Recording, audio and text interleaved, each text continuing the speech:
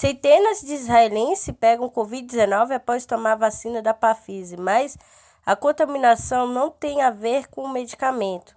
Com a vacina não fornece imunidade imediata contra o vírus SARS-CoV-2, israelenses testaram positivo para a Covid-19 depois de receber a vacina, segundo o canal de TV. Israelenses pegaram Covid-19 apesar de terem se vacinado, de acordo com o canal 13. A vacina contra a Covid-19 da Pfizer Biotech, comprada por Israel, não contém coronavírus e não pode infectar as pessoas vacinadas, mas o código genético do medicamento precisa de tempo para treinar o sistema imunológico e reconhecer e atacar o novo coronavírus. A vacina norte-americana requer 2 injeções, segundo estudos. Imunidade contra a Covid-19 aumenta apenas em 8 ou 10 dias após a primeira injeção, eventualmente atinge 50% de eficácia. A segunda injeção é dada depois de 21 dias da primeira dose. A eficácia é de 95% e é atingida depois de uma semana da segunda injeção. Então, há 5% de chance de um vacinado ser infectado, mesmo depois de a vacina ter atingido o pleno potencial. O canal israelense que divulgou a notícia pediu todos para permanecer vigilantes e seguirem todas as preocupações contra o coronavírus durante um mês depois da primeira dose da vacina. Israel está realizando a campanha de vacinação em massa. Já haviam mais de 2 milhões de israelenses, ou seja, 12% da população receberam a vacina da Pfizer Biotech, conforme os dados da Universidade de Oxford. Trata-se do maior número per capita de vacinados no mundo. A principal fase da vacinação prioriza profissionais de saúde e idosos antes de passar para outras categorias da população. Uma a cada 1.000 pessoas relatou efeitos colaterais leves após a injeção, inclusive fraqueza, tontura, febre, bem como dor, inchaço, vermelhidão no local onde a vacina foi injetada. Apenas algumas dezenas de vacinados precisam de atenção médica, segundo o Ministério da Saúde de Israel. Desde o início da vacinação, em 20 de dezembro, pelo menos 4 pessoas em Israel morreram pouco depois de receber a vacina, segundo informou a emissora pública CAN. No entanto, o Ministério da Saúde israelense relatou que de 3 das 4 mortes não estavam ligadas à vacina. O quarto caso da morte de um homem de 88 anos com condições pré-existentes atualmente está sendo investigado com a agência Sputnik Brasil. Covid-19, estou curado, mas quando tem, depois devo trocar a escova de dente. As cerdas do objeto não são autolimpantes e proliferam bactérias que podem gerar nova infecção. Cirurgião dentista recomenda a troca após a recuperação da doença. Uma das maiores preocupações atuais à frente à pandemia são os cuidados especiais com a higienização das mãos, alimentos e ambiente, mas a saúde bucal também é essencial, visto que a boca é uma das portas de entrada para o vírus da Covid-19. É recomendável por dentista que a escova de dente seja trocada de 3 em 3 meses. Isso porque as cerdas ficam úmidas, mesmo que secadas após o uso. Esse ambiente é úmido, ajuda na proliferação de bactérias, explicou Luana Coelho, cirurgião dentista da clínica Odontologia Estúdio Del Dente, no Espírito Santo. Entretanto, quando contraído algumas doenças inflamatórias, por exemplo, a gripe, a dentista ressalta a troca logo após o pico inflamatório. Parou de sentir os sintomas, essencial que já troque a escova, pontua. Como o coronavírus não é diferente assim que o indivíduo estiver recuperado da doença, a troca do objeto tem que ser imetida. No entanto, cada pessoa possui um tempo de incubação do vírus no organismo, podendo variar de dias a meses. É importante realizar a troca após esse pico inflamatório. Depois que não estiver sentindo mas os sintomas, o Conselho ainda realizar uma nova troca depois de 30 dias, após assim conseguirmos eliminar com maior segurança qualquer possibilidade de reinfecção, finalizou. Contrariando Bolsonaro, Mourão diz que as eleições de 2022 serão realizadas. Vice-presidente afirma que, mesmo sem o voto impresso e aprovado, eleições acontecerão no Brasil em 2022 e comentou sobre a sugestão do presidente da Câmara dos Deputados para implantação de sistemas semipresidenciais no país.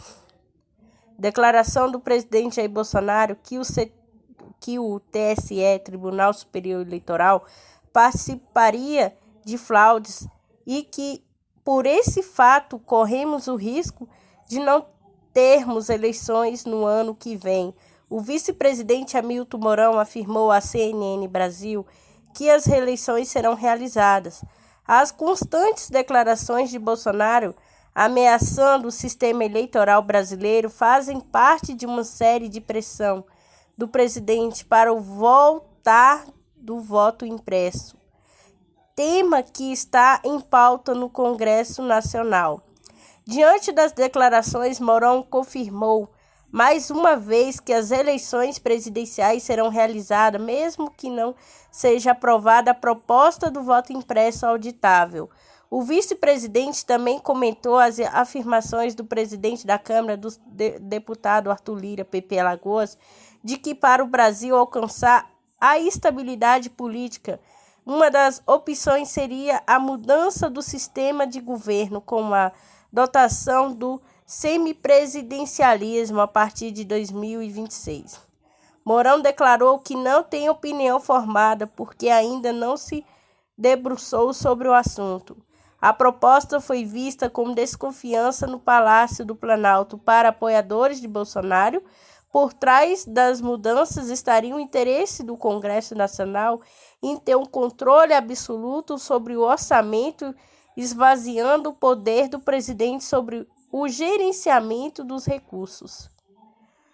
A adoção de um regime semipresidencialista também não há conta com o suporte entre dirigentes da oposição para os quais a aprovação da mudança limitaria a atuação em uma reeleição de um eventual novo presidente eleito em 2022 com a agência Sputnik Brasil. Presidente de Cuba declara que alguns dos manifestantes no país são financiados pelos Estados Unidos. Alguns dos participantes dos protestos em massa que eclodiram em Cuba são patrocinados pelos Estados Unidos para provocar tumultos, disse o presidente cubano Miguel Díaz-Canel nesta segunda 12. Recentemente, o presidente apelou aos seus apoiadores para tomarem as ruas após ter acusado os Estados Unidos e inimigos da Revolução Cubana de tentarem desestabilizar a nação caribenha após protesto em massa. Há um grupo de pessoas contratadas pelo governo dos Estados Unidos, pagas indiretamente através de agências governamentais norte-americanas, para organizar esse tipo de manifestação, disse eles, apoiadores em seu discurso. Os protestos do domingo 11 foram os maiores tumultos antigovernamentais dos últimos anos em Cuba. Milhares de pessoas se reuniram para expressar seu descontentamento pela, segundo eles acreditam, falta de liberdade e pela degradação da situação econômica no país. Alguns dos manifestantes demandaram organizações de eleições livres, interferência nos assuntos internos, diz MRE russo. O Estado russo reagiu aos tumultos da República de Cuba, condenando a interferência estrangeira nos assuntos internos cubanos.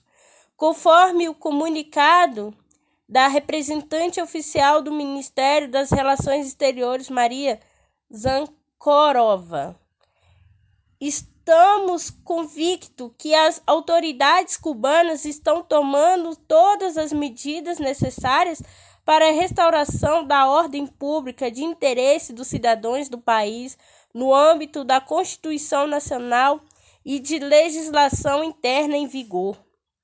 Consideramos inadmissível a interferência de exterior nos assuntos internos em um Estado soberano e quaisquer outras ações destrutivas que favoreçam a desestabilização da situação na ilha, diz o texto. Os protestos tiveram lugar em 8 cidades, incluindo a capital do país, Havana. As marchas pró-governamentais e apoiadores comunistas ocorreram em 5 cidades, seguindo apelo do presidente para agir em resposta ao próprio Díaz-Canel. Se ajuntou às marchas do município de San Antônio de Los Banos, da capital. Em uma das cidades, houve confrontos entre 2 grupos que começaram a jogar pedras uns aos outros. Manifestantes também teriam saqueado uma loja e virado vários carros. Até o momento, não houve relatos de feridos com a agência Sputnik Brasil. Enquanto o Datafolha aponta 54% a favor de impeachment de Lira, rebate o Brasil não pode desestabilizar. Pesquisa aponta um número bem diferente da pesquisa de maio sobre a gestão do governo. Entretanto, para o presidente da Câmara, a desestabilização da política brasileira não pode acontecer a cada eleição. Acordo com a pesquisa divulgada pelo Instituto Datafolha no sábado 10, realizada entre os dias 7 e 8 de julho, 54% dos entrevistados são favoráveis à abertura de um processo de impeachment contra o presidente Jair Bolsonaro e 42% aparece o contrário da iniciativa e outros 4% não souberam opinar. O Instituto entrevistou de forma presencial 2.074 pessoas em 146 cidades brasileiras. A margem de erro é de 2 pontos percentuais para mais ou para menos. No mês de maio, Datafolha realizou a mesma pesquisa e os números eram um pouco diferentes das pessoas entrevistadas. 49% se mostraram favoráveis à abertura do processo, 46% contrário e 4% não opinaram. Em outra consulta feita em 2020, os números apontavam para uma maior popularidade do presidente, pois 48% eram contrários ao processo e 45% eram a favor, 6% não souberam responder. Os números mostram uma mudança na intercepção do brasileiro diante da gestão de Bolsonaro em um espaço de um ano. Reação na Câmara. Em resposta à pesquisa, o presidente da Câmara dos Deputados, Arthur Lira, PP Alagoas, que tem o poder de admissão do processo de impeachment, disse que precisa ter calma para analisar o pedido de abertura do processo e que mesmo é muito mais que uma pesquisa. O impeachment é muito mais que uma pesquisa, muito mais do que a vontade da operação, que eu nem sequer sei se quer o impeachment mesmo, disse Lira, citado pela CNN Brasil. Lira também acredita que o Brasil não tem condições para passar por um processo como esse e que a desestabilização da política brasileira não pode acontecer a cada eleição, ao mesmo tempo que apontou o sistema parlamentarista como uma possível solução para o contexto. Não temos condições de um impeachment para esse momento. O Brasil não deve se acostumar a desestabilizar a política em cada eleição. Não podemos fazer isso. Precisamos talvez alterar o sistema do Brasil para um parlamentarismo, declarou Lira. Em relação às últimas falas de Bolsonaro sobre as eleições de 2022, o temos eleições limpas ou não temos eleições, se referindo ao voto impresso. O presidente da Câmara disse que a casa não tem compromisso com qualquer ruptura da democracia. A Câmara, como a casa do povo, a mais aberta, a democracia está atenta a qualquer tipo de insurgência contra as instituições e liberdade, o que o preceito constitucional define como a divisão dos poderes. A institucionalidade do Brasil não será posta em risco, afirmou com a agência Sputnik Brasil. Após autorizar do CTF, a PF abre inquérito para apurar se Bolsonaro prevaricou no caso da Covaxin. Polícia Federal vai apurar se houve ou não omissão do presidente diante das denúncias recebidas sobre possíveis irregularidades envolvendo a compra do imunizante indiano. Caso seja comprovado, Bolsonaro teria cometido o crime de prevaricação. Após o pedido da Procuradoria-Geral da República, PGR, autorizada pelo Supremo Tribunal Federal, CTF, a Polícia Federal abriu um inquérito para investigar se o presidente Jair Bolsonaro prevaricou no caso da suposta irregularidade na negociação da vacina indiana Covaxin. De acordo com a legislação, prevaricar consiste em retardar ou deixar de praticar indevidamente ato de ofício ou praticá-lo contra disposição expressa de lei para satisfazer interesses ou sentimento pessoal. As investigações sobre a suposta prevaricação de Bolsonaro começarão depois que o servidor do Ministério da Saúde, Luiz Ricardo Miranda, e seu irmão, deputado federal Luiz Cláudio Miranda, do DEM do DF, disseram em depoimento à CPI da Covid que teriam alertado o presidente pessoalmente sobre anomalias no trâmites para a compra do imunizante indiano. A partir do momento que o presidente teve acesso à informação e não reagiu ou mandou apurar as denúncias, fica caracterizado o crime de prevaricação. A apuração da PF vai esclarecer se houve ou não omissão de Bolsonaro a respeito das supostas irregularidades e também se o presidente, de alguma forma, se beneficiaria pessoalmente com isso, segundo a mídia. O inquérito será conduzido pelo Serviço de Inquéritos Especiais do CNQ da PF, pois o presidente tem foro privilegiado o prazo inicial para a conclusão das investigações e de 90 dias, mas pode ser prorrogado com a Sputnik Brasil. Papa Francisco ficará no hospital por mais alguns dias, diz Vaticano. Sua Santidade, o Papa Francisco passou um dia domingo tranquilo e completou seu tratamento pós-operatório, disse o portal Voz Matt Bruni.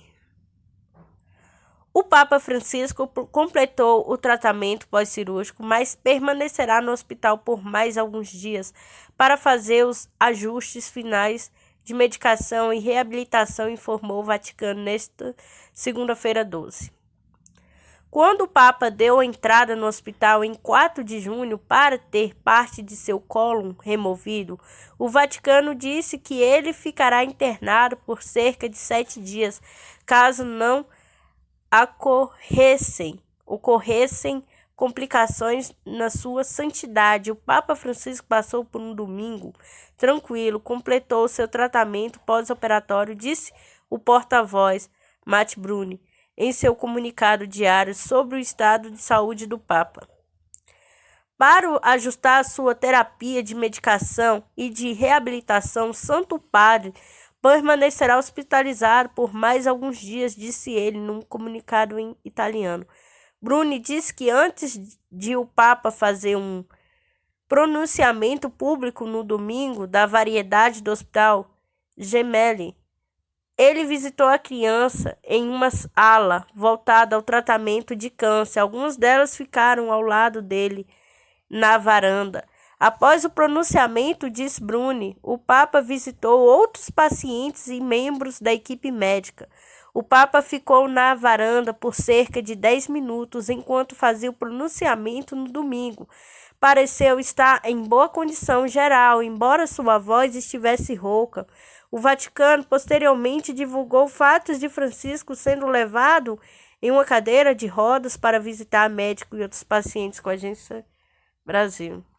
Mercado financeiro eleva a projeção da inflação para 6,11%. Para 2022, a estimativa de inflação é de 3,75% para 2023 e 2024. As previsões são de 3,25% e 3,16%, respectivamente, respectivamente, informou o Boletim Focus do Banco Central. A previsão do mercado financeiro para o Índice Nacional de Preços ao Consumidor Amplo, IPCA, a inflação oficial do país deste ano subiu de 6,7% para 6,11%. A estimativa está no Boletim Focus de hoje, 12, pesquisa divulgada semanalmente em Brasília pelo Banco Central BC, com a projeção para os principais indicadores econômicos. Para 2022, a estimativa de inflação é de 3,75%. Para 2023 e 2024, as previsões são de 3,25% e 3,16%, respectivamente. O cálculo para 2021 está acima da meta da inflação, que deve ser perseguida pelo Banco Central. A meta definida pelo Conselho Monetário Nacional é de 3,75% para este ano, com intervalo de tolerância de 1,5 ponto percentual para cima ou para baixo, ou seja, o limite inferior é de 2,25% e o superior é de 5,25%. No mês passado, a inflação desacelerou para 0,53%, depois de chegar a 0,83% em maio, com o resultado do o IPCA acumula até 3,77%. No ano é de 8,35% nos últimos 12 meses. Taxas de juros. Para alcançar a meta de inflação, o Banco Central usa como principal instrumento a taxa básica de juros da Selic, estabelecida atualmente em 4,25% ao ano pelo Comitê de Política Monetária Copom.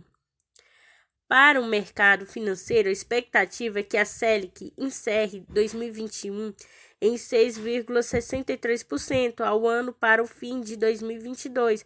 A estimativa é que a taxa básica suba para 7% ao ano, tanto para 2023 como para 2024. A previsão é de 6,50% ao ano.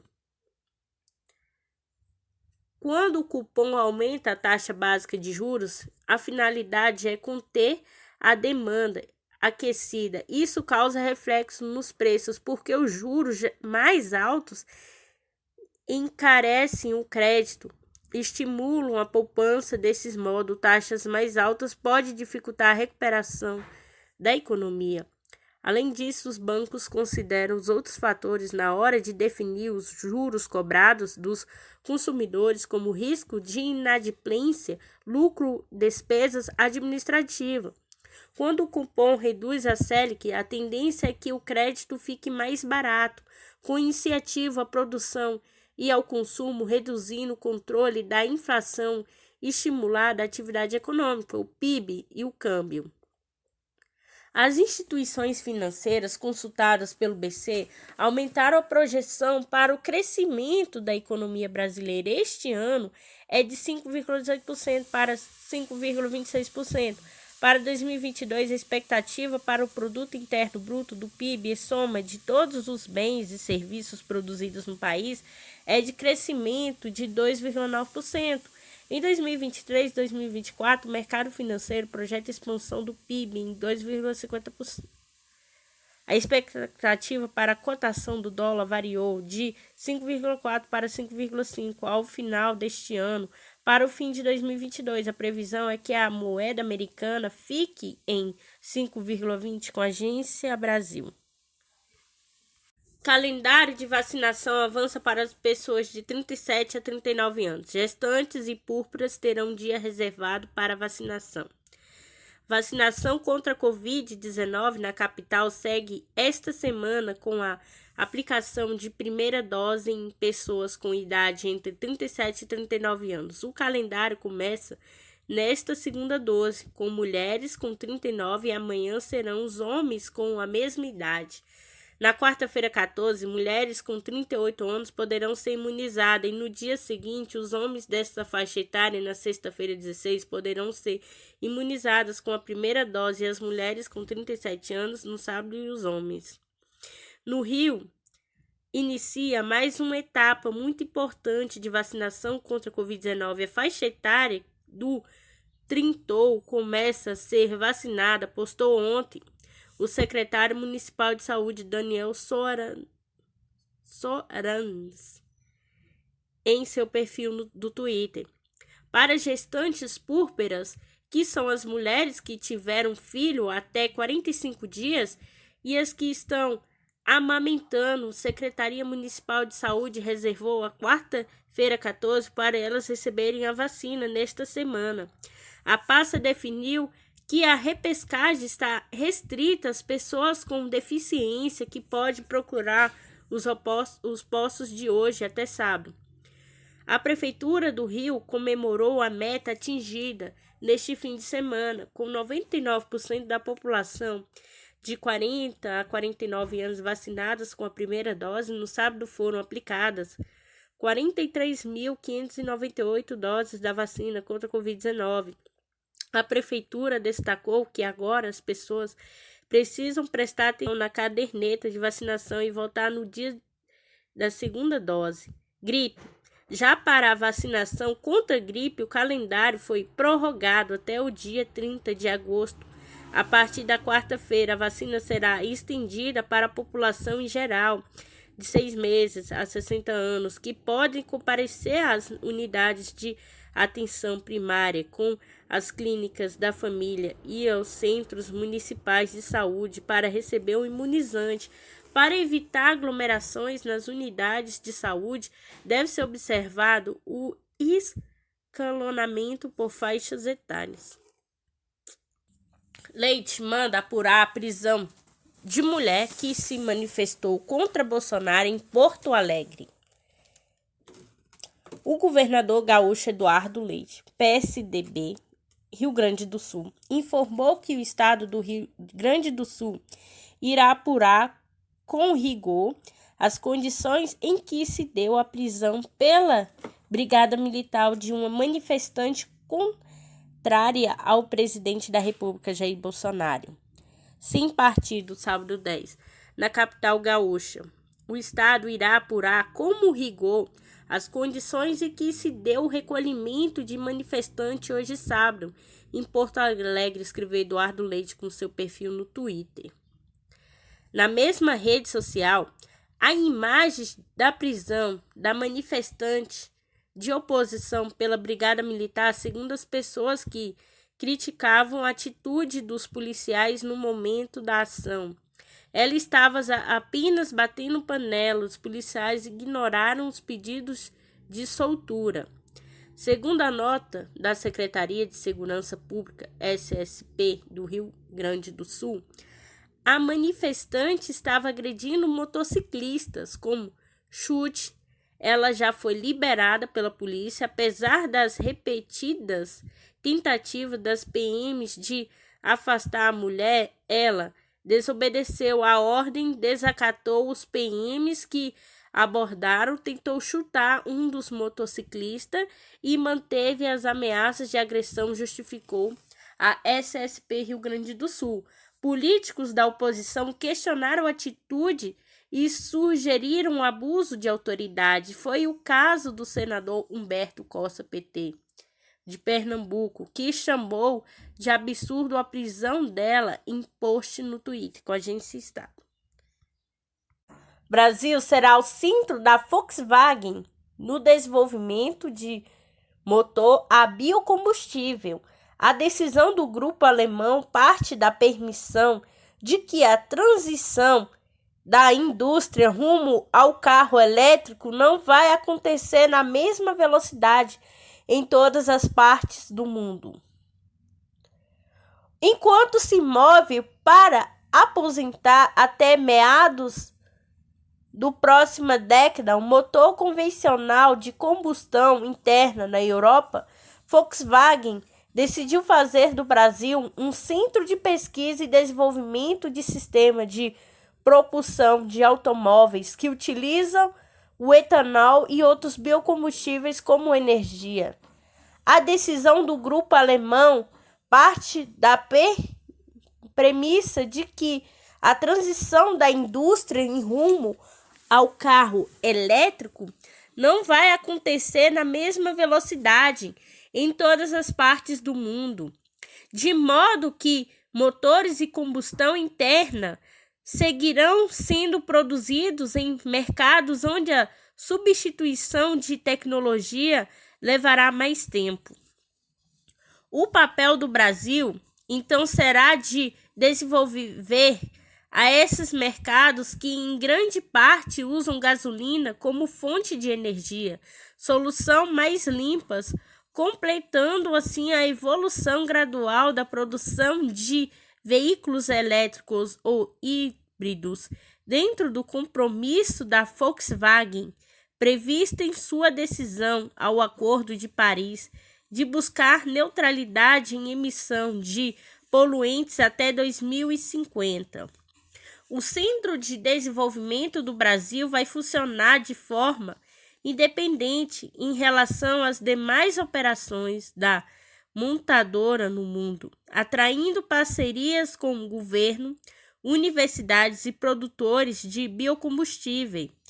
A intenção é de que dele saiam inovações a serem adotadas não apenas domesticamente e em mercados vizinhos, mas também em economias emergentes como Índia e países do continente africano, entre outros.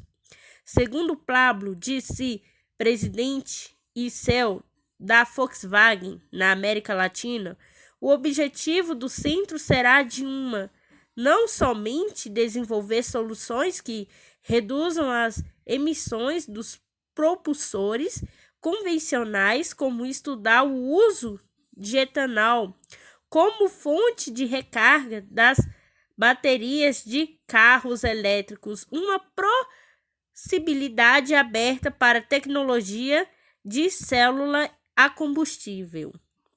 Não queremos criar uma jabuticaba, e sim pensar em como a tecnologia desenvolvida no Brasil pode ser aproveitada em outros países ao redor do mundo, diz o executivo. Ao mesmo tempo em que espera aposentar definitivamente os motores a combustão interna na Europa entre 2033 e 2035, a Volkswagen avalia que a transformação tecnológica deve acontecer mais tarde na China e nos Estados Unidos, os dois maiores mercados de automóveis do mundo, levando ainda mais tempo em mercados emergentes como o Brasil. Além de diferença entre os estágios de desenvolvimento tecnológico de rede de postos de recarga e de renda dos consumidores, e a falta de agenda política indica que a eletrificação dos automóveis avançará mais lentamente no Brasil. Embora o país tenha ao seu favor uma matriz energética baseada em fontes renováveis, ainda não há definições sobre quanto a Volkswagen vai investir e quantos engenheiros serão contratados pelo Centro de Desenvolvimento de Tecnologias baseadas em biocombustíveis. Sua criação, no entanto, já foi autorizada pela matriz na Alemanha. Será um processo que vai demorar mais alguns meses até o fim do ano. Mas o mais importante foi a aprovação do conceito pelo Conselho Mundial, afirma, disse com a agência Estado. Suposto mandante do assassino do presidente haitiano é detido. A polícia do Haiti informou ter detido o suposto mandante do assassinato do presidente do Haiti, Jovenel Moïse, identificado como Christian Emmanuel Sanon, um médico residente no estado norte-americano da Flórida. A primeira pessoa que chamaram quando o avanço dos bandidos foi bloqueado foi Emmanuel Sanon, que trabalhava com outras duas pessoas envolvidas na autoria intelectual do assassinato, confirmou o chefe da polícia Leon Charles. Sanon é médico e é o terceiro haitiano detido pelas investigações, que já resultaram na prisão de 18 colombianos, enquanto 5 continuam desaparecidos e 3 morreram em confronto com as forças do país. Charles assegurou que Santon chegou ao país no início de junho, a bordo de um avião privado, junto com alguns dos detidos sob o pretexto de proteger seus negócios, mas que em missão mudou. Santon mantinha vínculos com uma empresa especializada em seguranças. Durante uma busca em sua residência foram encontrados equipamentos, armas, munições e autorizações de circulações da República Dominicana, entre outros itens. Na manhã de quarta-feira, 7, Jovenel Moïse, presidente do Haiti, foi assassinado a tiros em sua residência. De acordo com a polícia haitiana, o ato foi perpetrado por um grupo de 28 mercenários, 26 dos quais eram colombianos e 2 haitianos americanos. Olá, galera, tudo bem? Seja bem-vindo a mais um vídeo no meu canal. Deixa um like aí, galera. E agora vamos para a próxima notícia. Pfizer discutirá sobre reforço de vacinas com autoridades dos Estados Unidos. A reunião acontece após o principal especialista em doenças infecciosas e conselheiros do presidente Joe Biden, Anthony Fauci, reconhecer que uma terceira dose inteiramente concebível talvez seja necessária. Informou que pretende se reunir nesta segunda dose com representantes da área da saúde dos Estados Unidos para discutir a solicitação do grupo farmacêutico para que seja autorizada a aplicação de uma terceira dose de seu imunizante contra a Covid-19. A reunião acontece após o principal especialista em doenças infecciosas e conselheiros do presidente Joe Biden, Anthony Fauci, reconhecer que isso é inteiramente concebível talvez seja necessário. A farmacêutica disse que tinha uma reunião marcada com a agência reguladora responsável pela aprovação de medicamentos FDA, na sigla em inglês, e outras autoridades nesta segunda-feira, dias depois que a Pfizer afirmou que as doses de reforço seriam necessárias em 12 meses.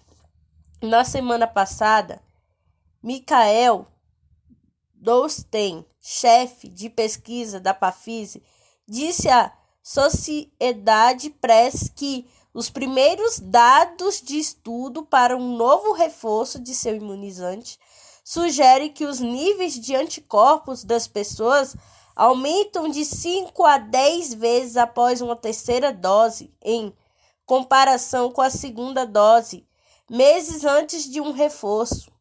Em entrevista neste domingo 11, Fauci não descartou a possibilidade, mas disse considerar muito cedo para o governo recomendar outra dose, segundo o médico e o Centro de Controle e Prevenção de Doenças, CDC, na sigla em inglês, e a FDA tomaram a decisão certa na semana passada ao contestar a afirmação da Pfizer com a sua declaração de que não consideravam as doses de reforço necessárias neste momento.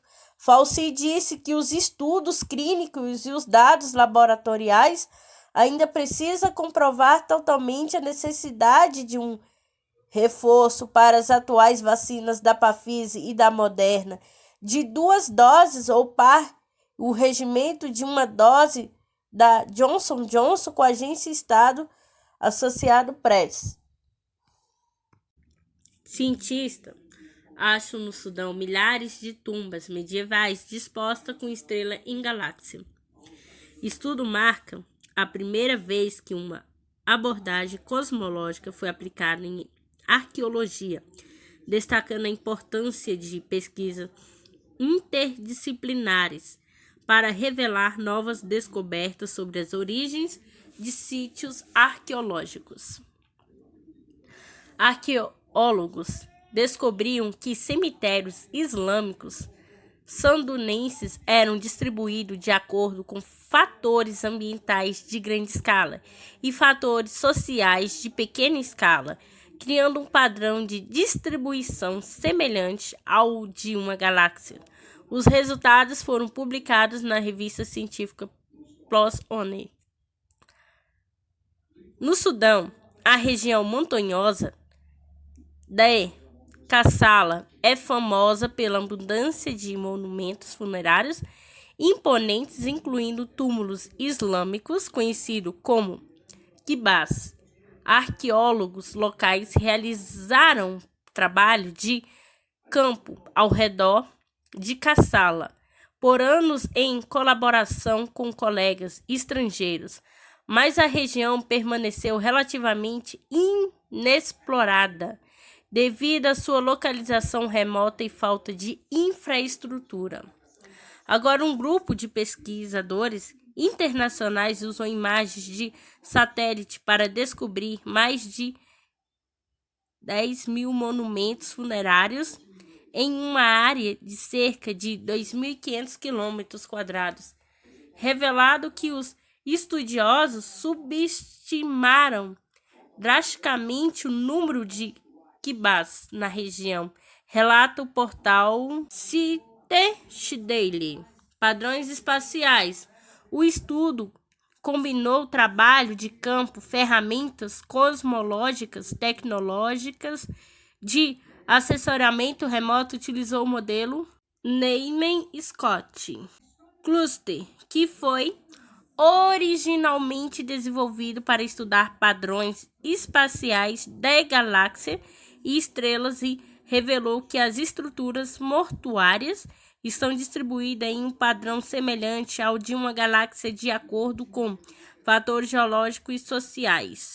Arqueólogos encontram aglomerados de túmulo islâmico antigo como galáxias inteiras. Pela primeira vez, uma equipe internacional de arqueólogos aplicou um método desenvolvido para estudar aglomerados espaciais para compreender túmulos islâmicos antigos no Sudão. Assim como as estrelas em uma galáxia tendem a se reunir em torno de centros de alta gravidade, ou seja, perto de um buraco negro, os cemitérios de Kassala se aglomeram a centenas em torno de pontos paternais. Esses poços de gravidade mortuária provavelmente correspondem às tumbas mais antigas e importantes. Essa distribuição galáctica surgiu principalmente como resultado das condições geológicas locais. O terreno ocidentado em Kassala significa que poucos locais são favoráveis para colocar tumbas ou obter os materiais de construção necessários. Como resultado, as tumbas mais jovens parecem estar se irradiando das tumbas mais antigas, assim como as estrelas de uma galáxia.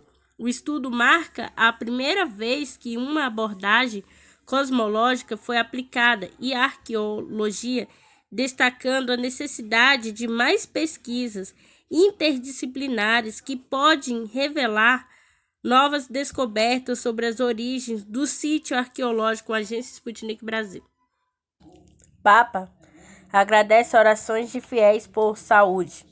Estou feliz por poder manter o encontro dominical do Angelus. Agradeço a todos, senti muito a proximidade e o amparo de suas orações. Obrigado de coração, disse o Papa. Internado há uma semana por causa de uma cirurgia no cólon, o Papa Francisco celebrou o Angelus deste domingo 11, na sacada de seu apartamento privativo no Hospital Policlínico Agostinho Gemelli, em Roma, e fez um discurso incisivo em defesa do acesso universal à saúde. Essa foi a primeira vez que o pontífice se dirigiu presencialmente a fiéis desde sua internação no último domingo 4, reunindo centenas de pessoas em uma praça que conta com uma estátua de homenagem a São João Paulo II. Caros irmãos e irmãs, bom dia. Estou feliz em poder manter o compromisso dominical do Ângelus, mesmo aqui o Policlínico Gemelli. Agradeço a todos vocês, eu senti sua proximidade e o apoio de suas orações. Obrigado de coração, disse o Papa, com uma voz um pouco mais rouca que habitual. Em seguida, Jorge Bergoglio afirmou que sua intenção fez experimentar o quanto importante tem um bom serviço sanitário acessível a todos. Assim como existe na Itália e em outros países um sistema sanitário gratuito que assegure um bom serviço acessível. Todos não podemos perder esse bem precioso, declarou. Segundo o Papa, até mesmo na Igreja Católica, surgem pensamentos de vender saúde quando instituições sanitárias sofrem problemas econômicos, mas a vocação da igreja não é fazer dinheiro, é servir e o serviço sempre é gratuito. Não se esqueça disso, salvar as instituições gratuitas, acrescentou, recebendo aplausos do público. Francisco também agradeceu aos médicos e trabalhadores da saúde que o atende no hospital e pediu orações pelos enfermos. Aqui há algumas crianças doentes, porque as crianças sofrem. É uma pergunta que toca o coração. Acompanhem-nos com o coração e rezem por todos os doentes, especialmente por aqueles em condições mais difíceis, disse o pontífice. Bergoglio foi acompanhado na sacada por 4 pacientes da ala de oncologia pediátrica do hospital: Ana e Helena, de 13 anos, Michael, de 6 e Giorgio, de 4. Diversos pacientes também assistiram ao Ângelus das janelas do Policlínico Gemelli, Haiti. Na segunda parte da celebração, o Papa mencionou o assassinato do presidente do Haiti, Jovenel Moïse, e fez um apelo para que todos nós, país, deponham as armas, escolham a vida, escolham viver fraternamente. Estou ao lado do caro povo haitiano. Desejo que a espiral de violência se interrompa e que a nação possa retornar o caminho rumo a um futuro de paz e concórdia, declarou. Francisco se recupera de uma cirurgia para corrigir uma estenose diverticular do colo, estreitamente causada pelo surgimento de pequenas bolsas chamadas divertículos nessa parte do intestino grosso com a agência ANSA. A reforma tributária não trará aumento de imposto, diz Guedes. O Ministério reiterou a defesa de tributação de dividendos, parcela do lucro das empresas distribuída aos sócios e acionistas. Proposta de reformulação do imposto de renda em tramitação na Câmara dos Deputados não vai aumentar o cargo tributário, disse o ministro da Economia Paulo Guedes. Na sexta-feira 9, o ministro admitiu a possibilidade de ajuste no texto, mas disse que o texto está na direção correta e reiterou a defesa da tributação de dividendos, parcela do lucro das empresas distribuída aos sócios e acionistas. A reforma tributária vai ser bem feita ou não vai ter esse negócio de aumentar imposto, declarou Guedes em videoconferência promovida pela Fundação Getúlio Vargas, FGV. O evento homenageou o economista e ex-presidente do Banco Central, Carlos Legoni, que morreu de Covid-19 em junho. Durante o evento, o ministro voltou a defender a reintrodução do imposto de renda sobre dividendos. A proposta prevê alíquota de 20% sobre a distribuição desses recursos com lucro de até 20 mil mensais. Isento. Sem entrar em detalhes, o ministro citou pressão contrárias para evitar a tributação do mais risco possibilitada pela média. A renda dos mais ricos não interessa se vem de salário, de aluguel, de bônus bilionários ou se vem de dividendos. Ele deverá cair no progressivo. E ponto final, nós temos tecnologia para fazer tudo direito. Mas você sabe que tudo é mais difícil no mundo real? Tem lobby, tem pressão, afirmou.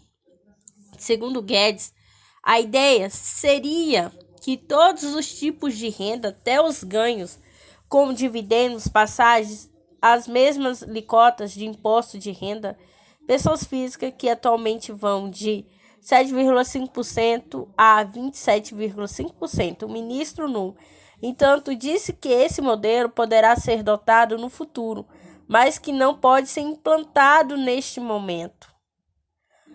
Petrobras, além de homenagear o economista Carlos Legoni, Guedes elogiou o ex-presidente da Petrobras, Roberto Castello Branco. Na avaliação do ministro, Castello Branco fez um trabalho extraordinário no comando da estatal ao vender subsidiárias e comprometer-se com a liberalização dos preços dos combustíveis. Em fevereiro, Castello Branco foi submetido pelo general Joaquim Luna e Silva na presidência da Petrobras. A destituição, no entanto, só foi aprovada pelos acionistas na estatal em abril com a Agência Brasil.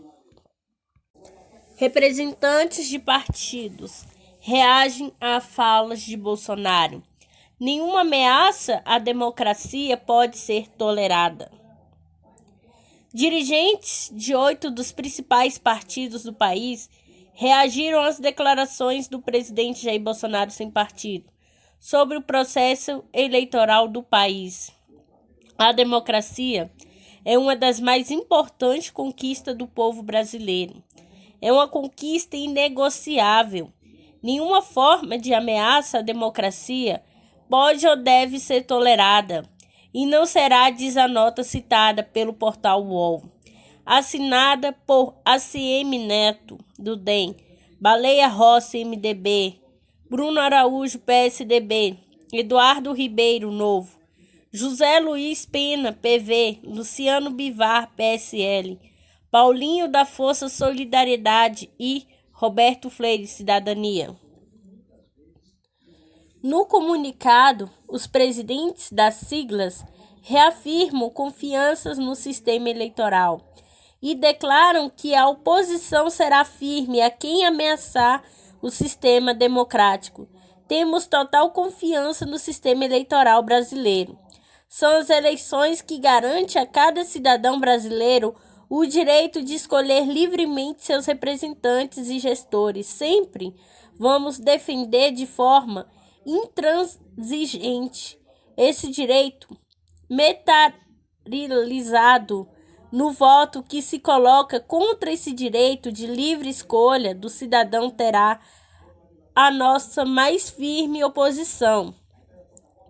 Nos últimos dias, sem apresentar provas, o presidente Bolsonaro tem posto em dúvida a segurança das urnas eletrônicas e dito que as eleições de 2022 pode não ocorrer. Não tenho medo de eleição, entrego a faixa a quem ganhar, no voto auditável. Nessa forma atual, corremos risco de não termos eleições no ano que vem, porque é o futuro de vocês que está em jogo, disse Bolsonaro na sexta-feira 9. Reação às palavras do presidente. Na sexta-feira 9, o ministro do Supremo Tribunal Federal, STF, presidente do Tribunal Superior Eleitoral, TSE, Luiz Roberto Barroso afirmou que os ataques de Bolsonaro eram levianos e lamentáveis quanto à forma e ao conteúdo. O presidente do Senado, Rodrigo Pacheco, do DEM Minas Gerais, por sua vez, disse que não aceitará retrocessos da democracia no país e que todo aquele que pretender algum retrocesso será apontado pela história como inimigo da nação.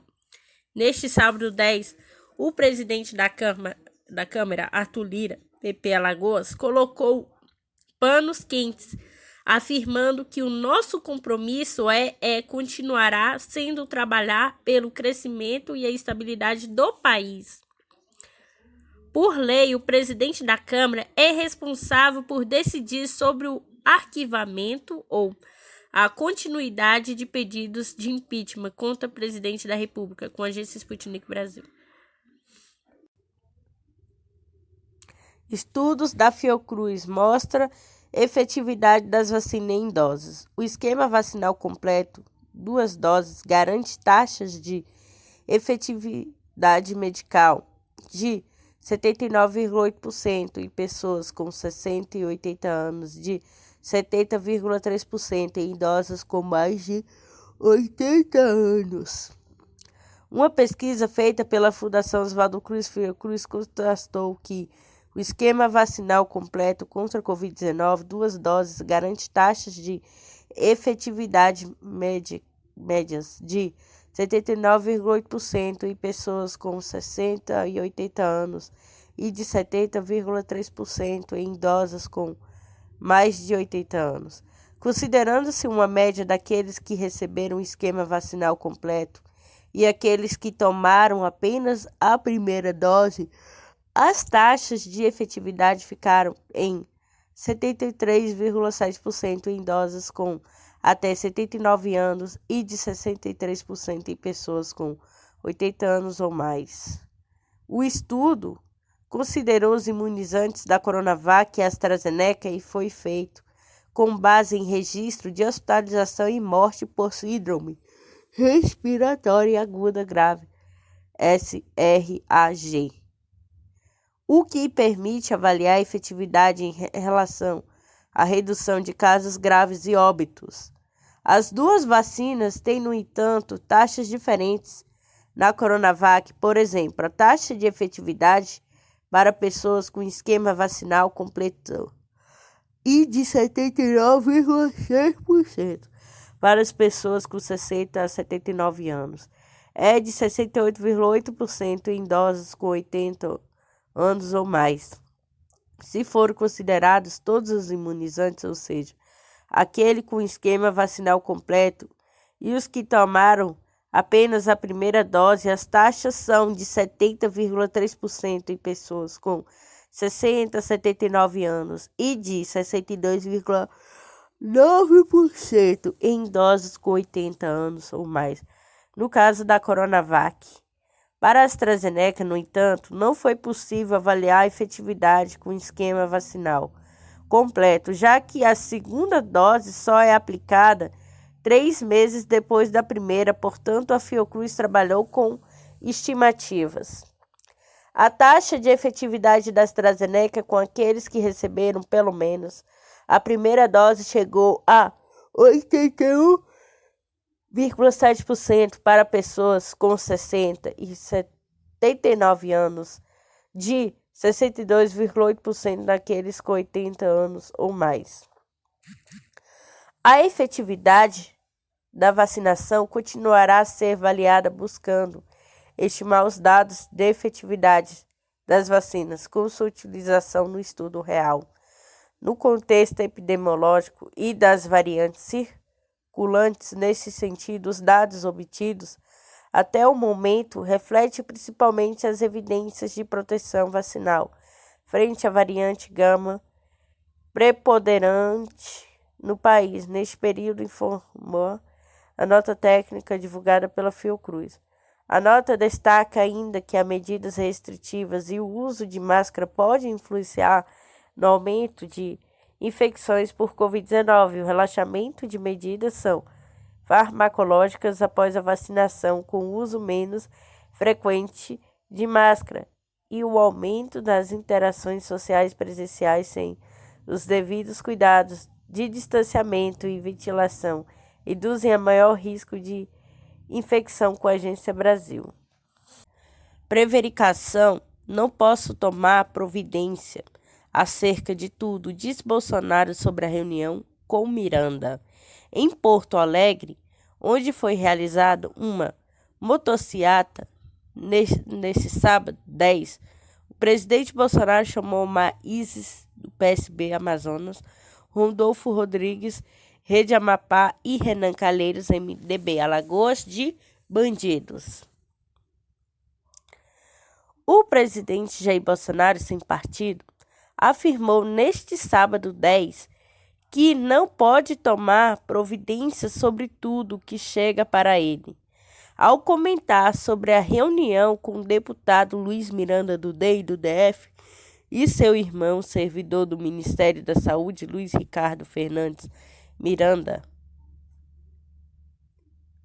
para tratar de irregularidades encontradas no contrato da compra da vacina indiana contra a Covid-19 Covaxin, eu não me reuni. Ele pediu uma audiência para conversar comigo sobre várias ações. Eu tenho reunião com mais de 100 pessoas por mês, dos mais variados assuntos. Eu não posso simplesmente, ao chegar em qualquer coisa para mim, e tomar providência, afirmou Bolsonaro durante a viagem no Rio Grande do Sul. Bolsonaro acrescentou que seu governo não gastou R$1 com a vacina indiana e que os fatos relatados na CPI da Covid sobre o superfaturamento no contrato são histórias fantasiosas. A CPI de Luiz Miranda declarou que alertou Bolsonaro em março sobre as suspeitas em torno do caso Covaxin.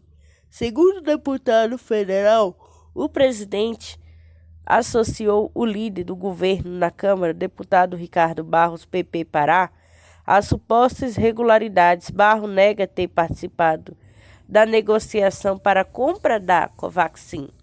Na sexta-feira 9, o deputado federal Paulo Pimenta, do PT Rio Grande do Sul, afirmou que a reunião entre os irmãos Mirandas com o presidente Jair Bolsonaro foi gravada e que são 50 minutos em muitas informações e baixaria.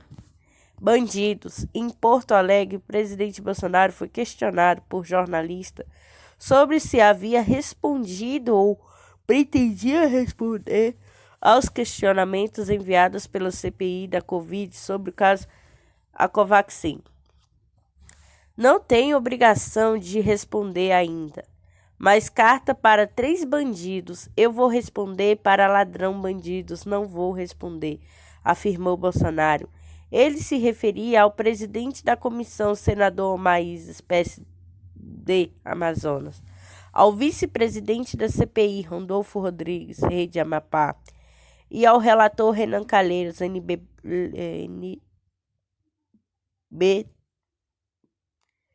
MDB Alagoas, com a agência Sputnik Brasil.